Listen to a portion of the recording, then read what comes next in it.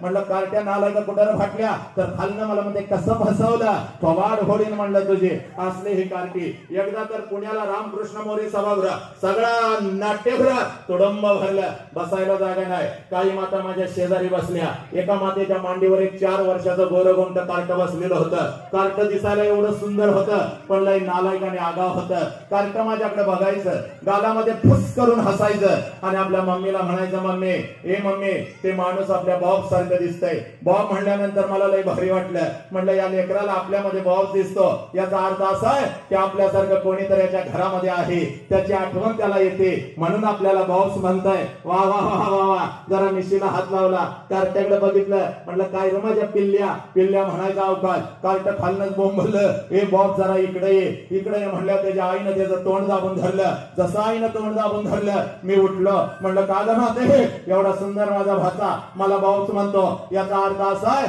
की माझ्यासारखं